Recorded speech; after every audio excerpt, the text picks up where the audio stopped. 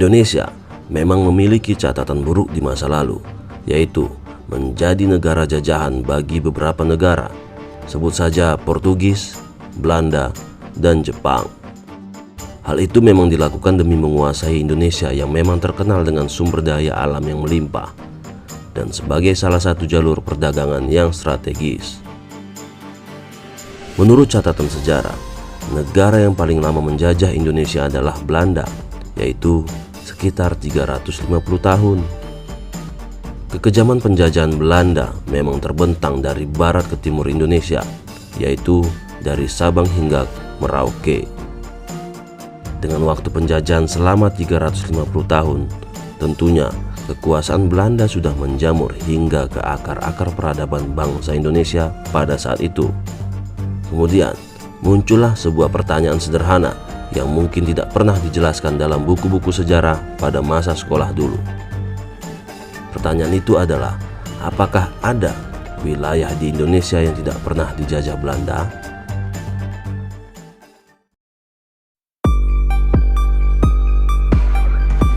Siapa yang pernah mengira kalau ternyata ada satu wilayah di Indonesia yang tidak pernah dijajah oleh Belanda?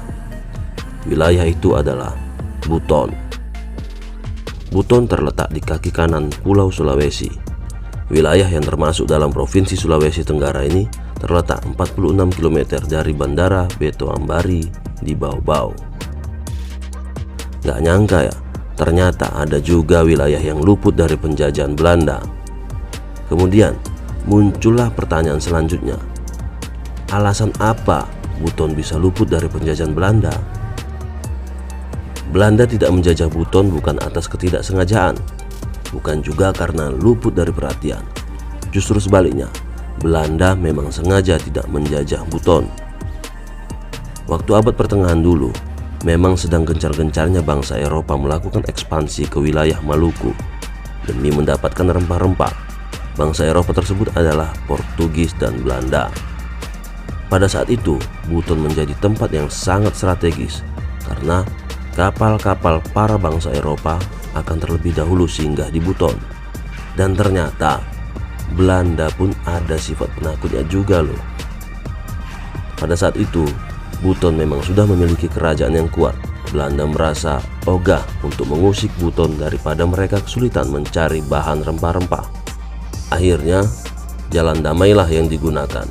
Belanda menjalin hubungan yang baik dengan kerajaan Buton. Bisa dibuktikan dengan banyaknya benteng-benteng yang bergaya Belanda di kawasan tersebut. Ternyata dulunya Buton memang merupakan kerajaan sendiri.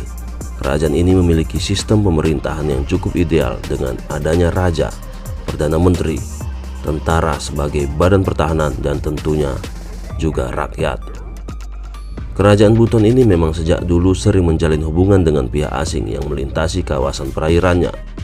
Gak hanya itu, kerajaan Buton juga selalu memantau pergerakan bajak laut. Nah, untuk itulah mereka membutuhkan tentara.